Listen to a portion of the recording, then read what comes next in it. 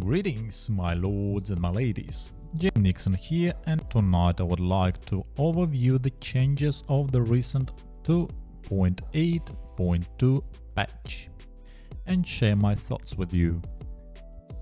This patch is not large and didn't bring major changes to the game, however it has introduced some important quality of life improvements and balance changes. So let's discuss everything in order. First major optimization is the ability to impeach leader of your alliance without inactivity requirements. Any member starting with R3 and above can launch the impeachment procedure now, and voting will commence. There is a 7-day cooldown for this feature, so don't use it blindly. It is a very nice touch to the alliance management system, as I have personally faced some inadequate R6 in the past, and if this feature was implemented at that time, we could have avoided some severe damage to our alliance. Second improvement is not as big as the previous one. We have a new share button available on our beloved Immortals and Dragon pages. Earlier we needed to navigate to Immortal portraits to share them individually, so it's -1 click for now. Moving over to the Tower of Knowledge revamp. This one is huge. It has become a lot easier to navigate through the levels of tower and all the skills it provides. Each skin icon now has a category and status effect, so it will become easier for newer players to determine which skill they want to focus on for their march. More than that, immortal icons are now visible next to the skills that they have been assigned with. Yet another facilitation to our passive skill management. However, there is still room for improvement here. I would personally like to see a search by name function and filter by skill and status effects. It would make match composition so much easier and enjoyable. Moving over to the Wishing Fountain optimization.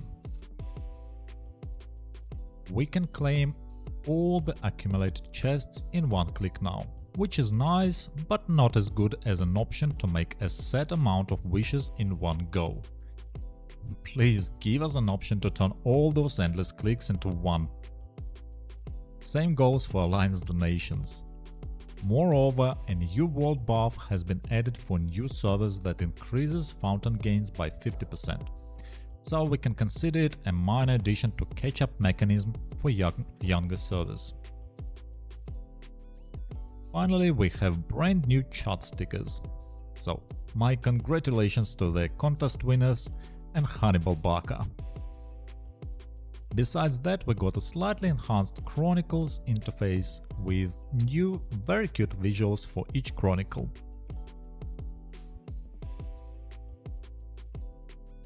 There are not many balance changes this time, and most of them will not affect the majority of players directly, as they revolve around Chaos Immortals, with first being Athena, who got a significant 20% boost to her energy generation speed.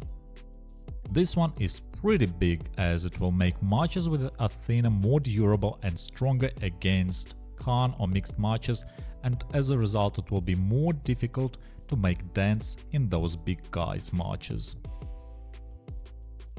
Loki has received some love as well this time. His active skill damage has been boosted to 255% plus 35% per level.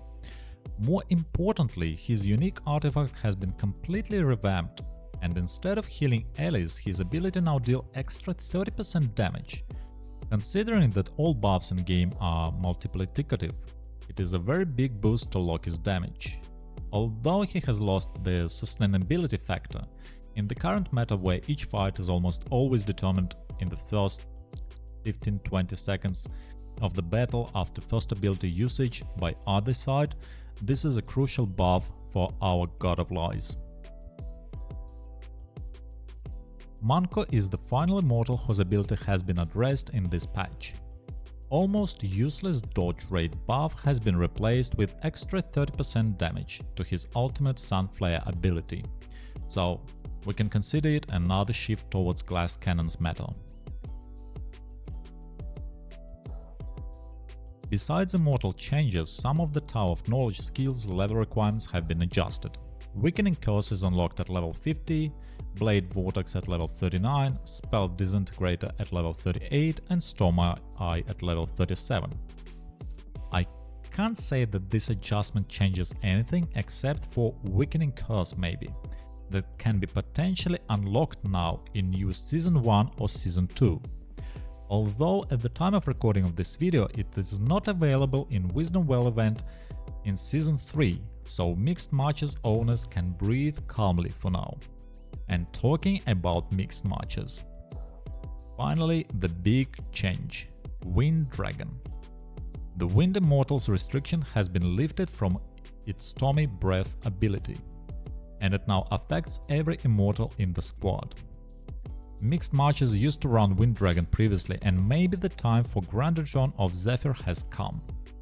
It is time for us, both you and me, to blow the dust of that green fella and start leveling him, although his Dragon Shard green will be a pain. That is it for all the changes and my opinion on them and what else can be potentially improved. Overall, we can see that developers listen to the players' feedback and their requests and are trying to make the game as enjoyable and fun for us as possible. And I would like to thank you for watching and see you in the Infinity Kingdom. Bye bye.